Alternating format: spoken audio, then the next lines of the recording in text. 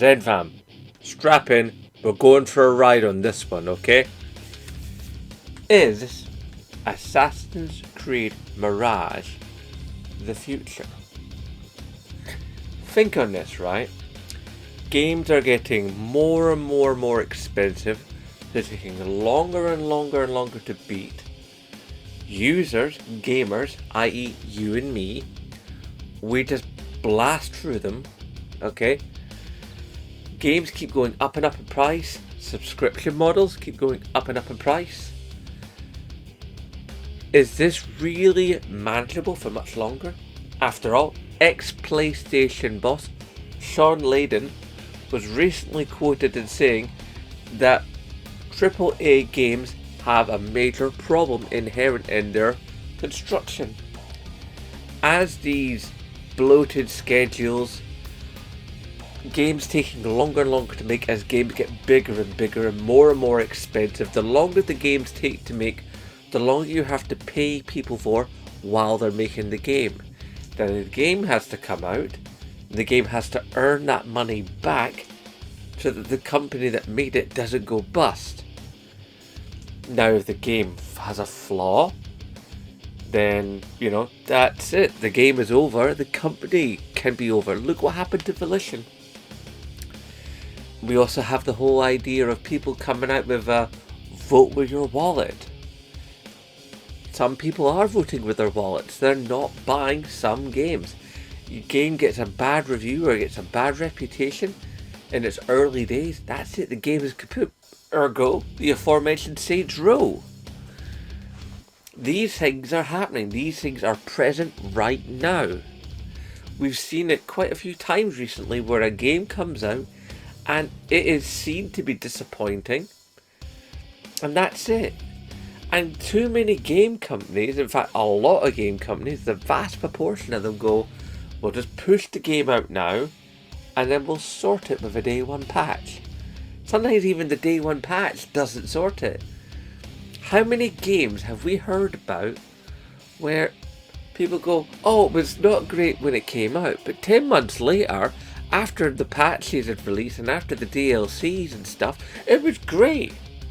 Yet, 10 months ago, when the game came out, it didn't work right, it wasn't selling good. You know what happens to games that take 10 months to get good? They get ignored. You know this, I know this, but games companies seem to have forgotten this aspect. If you have a game and you've bought that game and you've played that game, it's very seldom that you go back to that game, especially in 2023 when we're just getting bombarded by game, which is great because we've got lots of choices, but we've also all got rapidly diminishing timescales, especially older gamers like me who have a job and a family. I've got to travel to and from work, I've got to look after my kid, I've got to pay rent on this house, I'm trying to make content for you guys, not just here but on my Redbubble store and on my Instagram and on my Twitter and occasionally on my Pinterest. I'm doing stuff on Facebook, I'm researching stories for later videos, I'm always trying to brainstorm new ideas, I've got a couple of concepts coming, but that's aside. The fact of the matter is, games are becoming bigger and bigger and more expensive. And taking longer and longer to create. And some of these games, to make it seem worthwhile the amount of money that is being poured into them because of their long development times, the games themselves are stretched into ever elasticated, ever elongated time play sessions. I mean, look at Assassin's Creed Valhalla. Yes, a fantastic game, an achievement no doubt, and a great story with some really interesting characters and some beautiful environments. However, there are a vast proportion of people who played that game who just did not finish it. You may be one among them. I'm not. I didn't complete it, but I'm crazy. Right? So the idea with Assassin's Creed Mirage is that it's a shorter game, it's a more condensed game, and it's really super detailed. It's like really, really, really condensed, really, really beautiful, really tight experience. And with a few animations borrowed from Valhalla, like the cat petting animation and so on. You know, a couple of recycled assets here and there, but it's a series, it's going to do that. And with it being a loving homage, see all these little words that come about that are like, one person says one way and one person says another way, and I'm trying to make everybody happy? Yeah. to the first Assassin's Creed, what a game that was. Wow. All that time ago we thought it was amazing. You play it now, ooh. But here's the thing.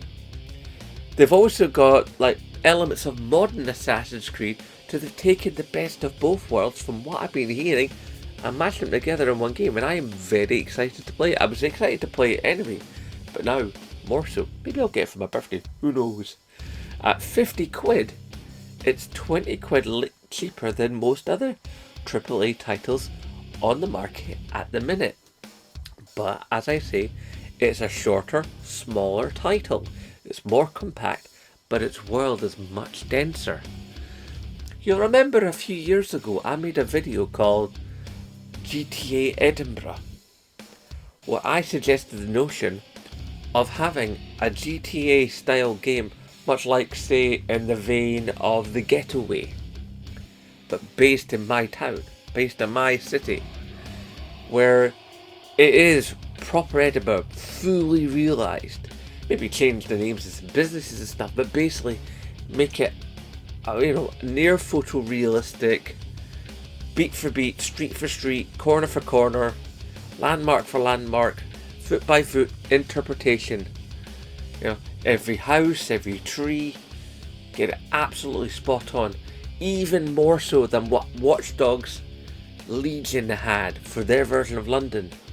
Now, they did have some creative license about it, but a friend of mine told me that she used to live in London, and when she plays Watch Dogs Legion, she can get about quite happily without the minimap.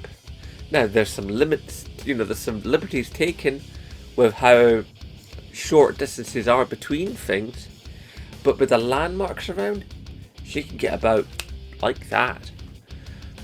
So it got me to thinking, when Watch Dogs Legion was coming out, I said what would be really lovely if there could be like a DLC added where we're a separate Scotland that's finally become independent from Westminster and rejoined the EU, thus no longer being part of the Albion-run, Brexit-infused what's left of Britain, basically just England, because we never hear anything about Wales or what was probably at that point a united Ireland. I love that idea. We never heard that, but we did get the idea that Scotland may very well be independent in the game. It was never really said, but it was hinted at, which was lovely, and I really liked that idea. So, I'd like to merge together all these various concepts. I want to see, and many people have spoken of this in the past, a modern day, or even slightly pushed into the future, Assassin's Creed. But an Assassin's Creed set in Edinburgh, where basically the Brotherhood is in cahoot, is almost in lockstep with the Scottish government, but not really, because that's shadow organisation and all the rest of it. But they've put plans ahead to help Scotland become independent, thus giving them a country they can be in which is not controlled by the Templars. Because the Templars and Westminster are obviously very much hand in hand, much as the Templars are hand in hand with Abstergo, and Abstergo, basically the Templars, and Abstergo is hand in hand with Albion. And as we saw, there were modern day assassins, well, at least modern day to that period, within Legion. And as you may recall, in Black Flag, the operative that was going into the Animus and basically testing out all the stuff, they were experiencing conversations and finding files that were talking about the CTOS office and maybe moving to CTOS away from Abstergo. So they have linked those two together. Assassin's Creed and Watch Dogs share the same universe. They're part of the same continuity. So the idea that you could have a Scottish-based, slightly futuristic, independent Scotland story, and the whole crux of the story could be trying to save England from itself, get rid of Albion completely, get rid of the last vestiges of it, and help it rebuild itself and re-enter the EU and all that kind of gubbins. Now, I know Ubisoft is a little bit afraid of politics, but Ubisoft is trying to put on the big boy pants and tell a real, compelling, gritty story. And take all the best elements of Watch Dogs and take all the best elements of Assassin's Creed and have a fully realised, tight, small, intricate, hyper-detailed Edinburgh map. Maybe get a couple of surrounding areas to have a little bit of like Lonehead and Musselburgh, maybe even sticking like Bonnyrigg and Dalkeith. Probably go nuts and sticking a couple of the smaller surrounding towns, but don't get too wild because you want to keep that high density map. Be able to jump all around all the buildings and stuff and hide in corners and social blend through the busy streets, and be even able to have different parts of the year and have the story run through like a 2-year cycle, running the revolution and helping Scotland become independent and then being independent and then helping the people of England out away from the grips of Albion / Abstergo, thus freeing the UK from the global control of the 1%.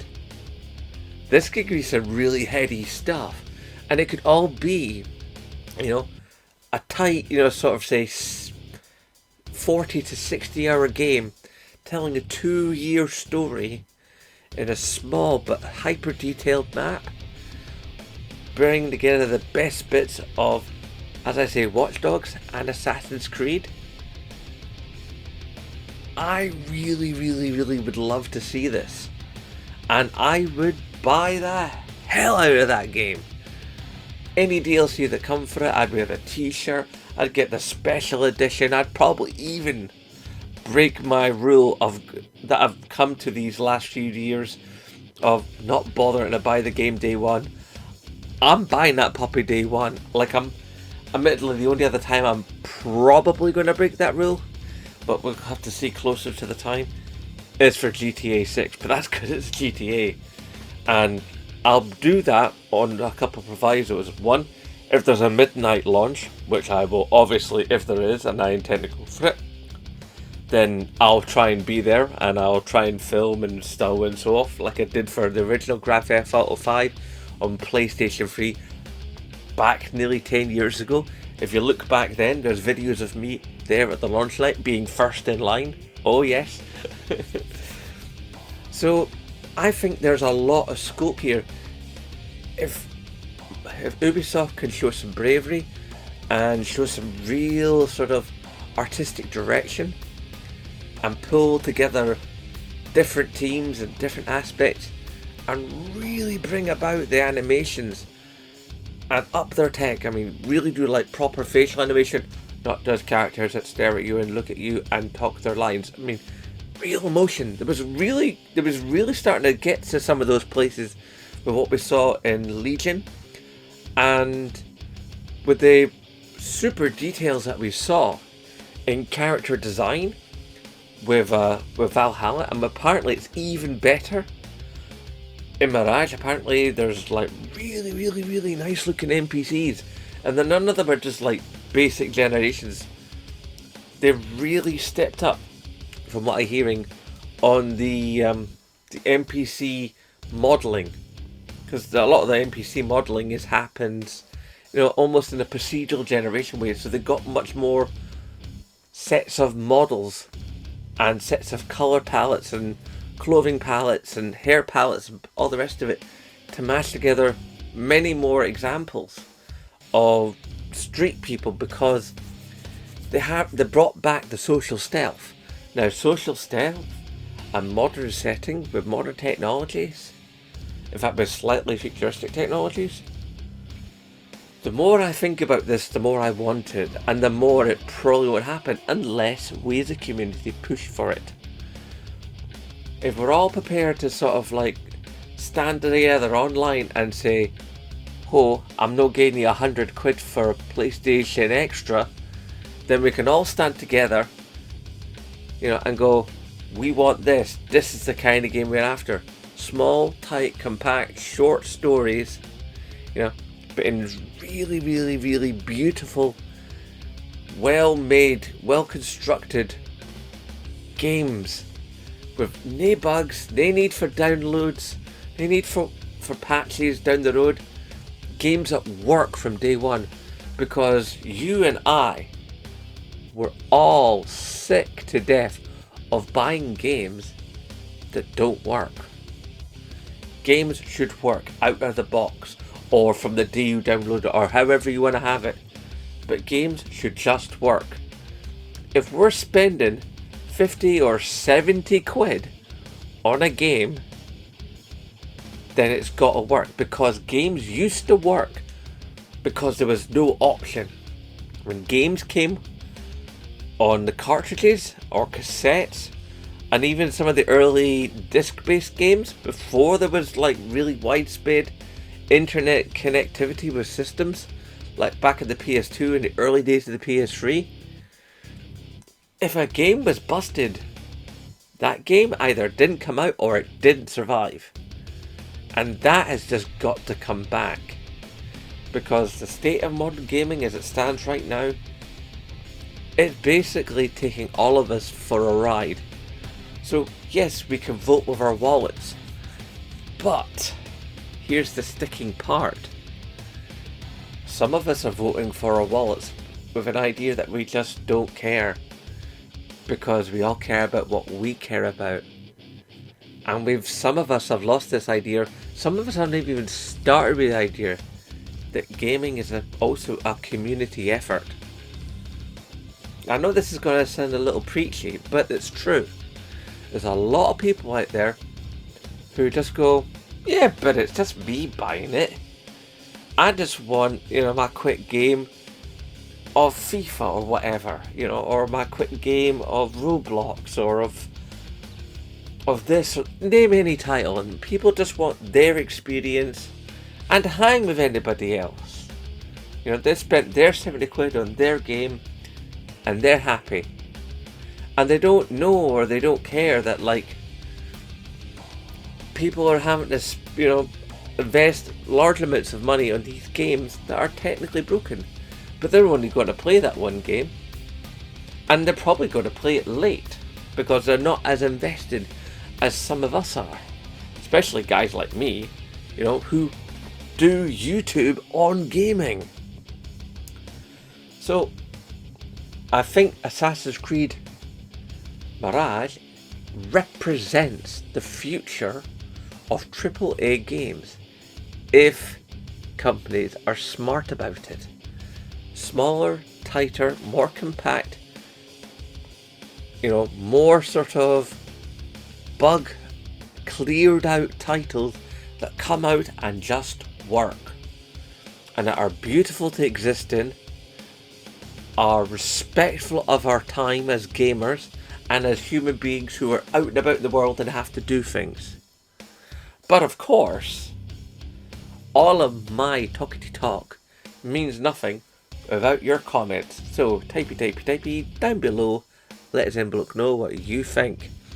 I want to get your thoughts on this, guys. Have I missed something? There's something that I'm supposed to have put into this particular thought. Do you think that I've chosen the wrong city? Do you think your town would be better? And if so, why would your town be better? I'm going to link down below in the comments and in the description the old GTA Edinburgh video for you to have a look at. You can get an idea of what I was talking about back then. And yeah, hashtag support Scottish YouTubers, and of course, as always, aye, nae bother.